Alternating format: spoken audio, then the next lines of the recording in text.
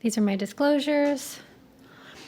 So fractional resurfacing treatments, there used to be non-ablative, which require multiple treatments to see improvements, but there's less downtime, versus ablative, where it requires fewer treatments, but there's more downtime. So I find fractional radiofrequency to be somewhere in the middle of these two technologies. So microneedling, as we know, uses micron-sized needles to create tiny pores, and it's thought to stimulate collagen expression and deposition, but there is no heat. The results are not really consistent and data is lacking, although I think it's becoming more popular, so maybe there's further studies that are being conducted. So fractional radiofrequency is essentially microneedling with heat. So radiofrequency energy. And so the mechanism of action is similar to fractional lasers, where the thermal damage from the microneedles is creating columns of thermal injury with normal surrounding tissue, which acts as a reservoir to decrease the risk of side effects and also speed up healing. So as we know, radiofrequency is determined by the thickness of the varying tissues. And so for monopolar radiofrequency, the electrode, there's a single electrode in the grounding pad, and that current passes from the handpiece to the grounding pad, versus bipolar radiofrequency, where both of the electrodes are at a fixed distance in the handpiece, and your depth of penetration is limited to half the distance between your electrodes. So the way I like to think of it is bipolar radiofrequency is more localized versus monopolar radiofrequency is more generalized heating. So there's many indications for needle RF. The nice thing about it is that it addresses skin tightening and texture at the same time. I also like it for scars, especially acne scars. And then there's some handpieces that will address telangiectasia and lentigines, but I think for the most part, it's mostly for tightening and texture. So patient selection, it's essentially safe for all skin types. In terms of skin tightening and laxity, patients with mild to moderate laxity often do best. Elderly patients are better surgical candidates. However, if they don't want to undergo surgery, then you can still see some improvement in laxity. The contraindications are really just pacemaker and cochlear implants. In terms of bipolar, that's probably safer than monopolar. However, if someone has a pacemaker, I just use a different modality like ultrasound or something like that. So pre-treatment considerations. I think patient counseling is key in general when we're talking about tightening, because tightening is really unpredictable. It's really dependent on how the patient responds. So it's important that they understand it's not equivalent to surgery, and also results do take some time, so usually 3 to 6 months for the collagen to remodel. Also, it's usually meant to be a series of treatments, and I often see more improvement in the texture rather than tightening. So depending on which type of device you have and how aggressive it is, you might want to consider prophylactic antibiotics or antivirals. This is the regimen that I like to use. And then anesthesia is going to vary, again, depending on the device. So some devices, topical is enough, and other devices, I'll use topical nerve blocks and local infiltration with the mesoram adapter, and I'll show you how I use that. And then also, I like the nitrous oxygen 50/50 analgesia, so that's marketed as Pronox. That really helps with anxiety. And then some practices will use sedation. So again, it depends on which device you have. So in terms of nerve blocks, you want to follow the mid-pupillary line. So supraorbital, you're 1 centimeter above the orbital rim at the mid-pupillary line.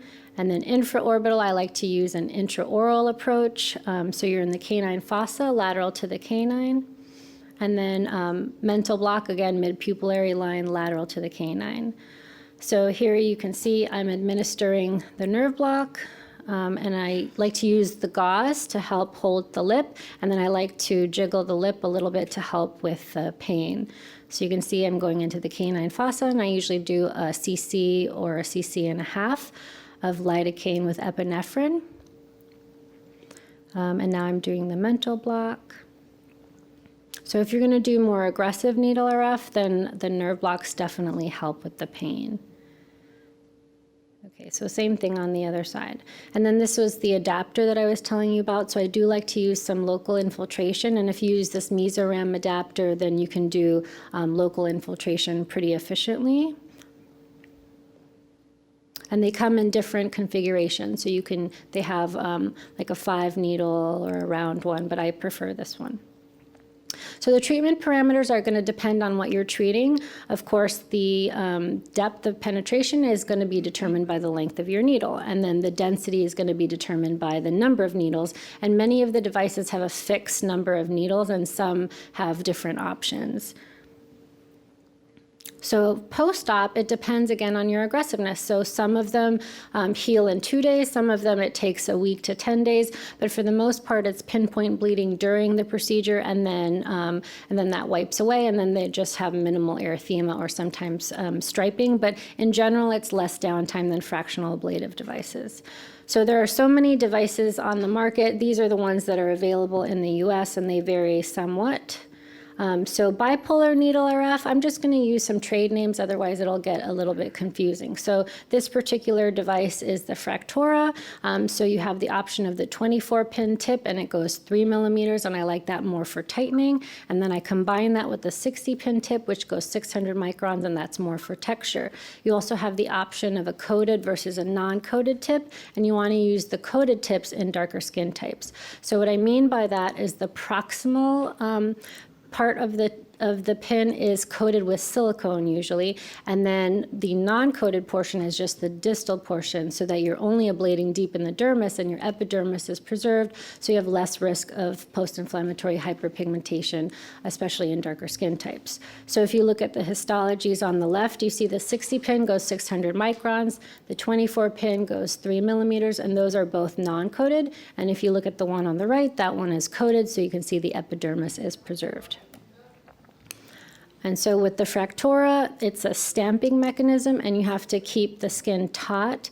And I like to, so this is the 24-pin tip, and I like to use 50% overlap, and I'll do 1 or 2 passes depending on the amount of textural abnormality they have. And then on the neck, you want to pull the skin away from the platysma. And you want to make sure you have firm pressure. So with needle RF, it's really important that before you fire, you're completely into the skin, because you don't want to be firing too close to the epidermis. So sometimes if your technique is poor, then you may get some hyperpigmentation because you were delivering the heat too superficially. So then you just saw the tip was changed to the 60-pin tip.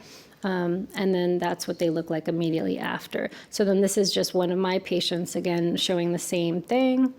I love needle RF for the neck. I think it's very gentle for the neck, and you do see improvement in tightening and texture. So, and then if you notice that little twitch right there, this particular device does cause some twitching, which is a little odd in some patients, but that's what they look like immediately post-operatively. They have a little bit of striping, but it's really pretty easy downtime.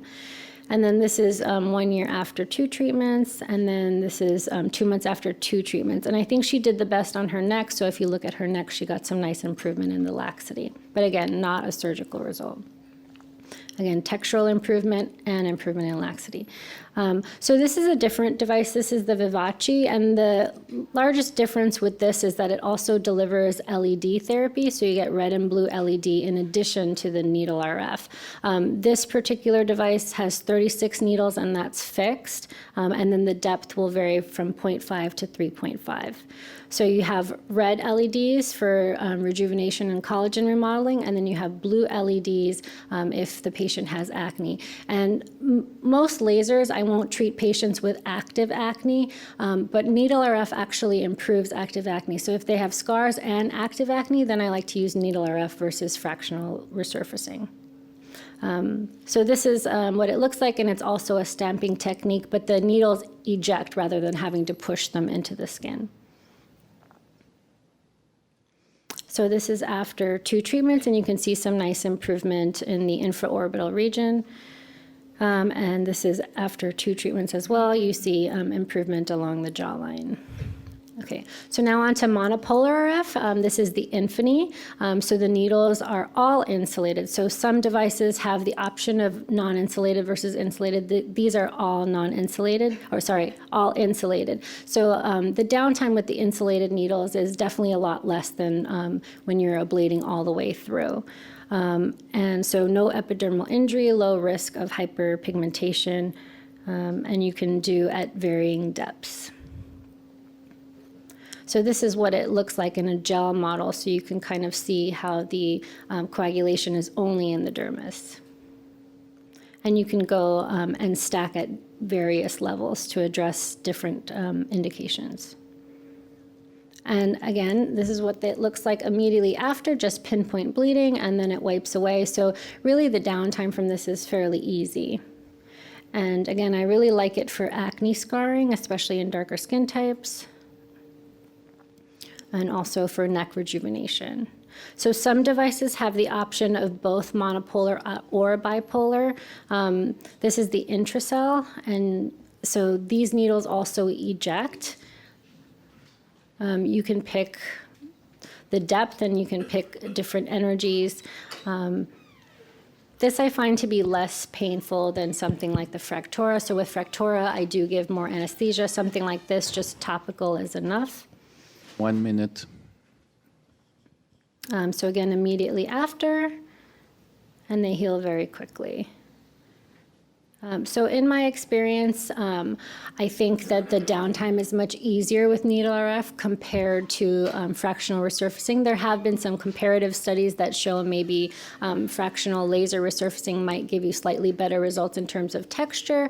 I think those studies are very early, but if you're looking for tightening as well, it's kind of a nice modality where you can address both. So it depends on what the patient is looking for and their skin type.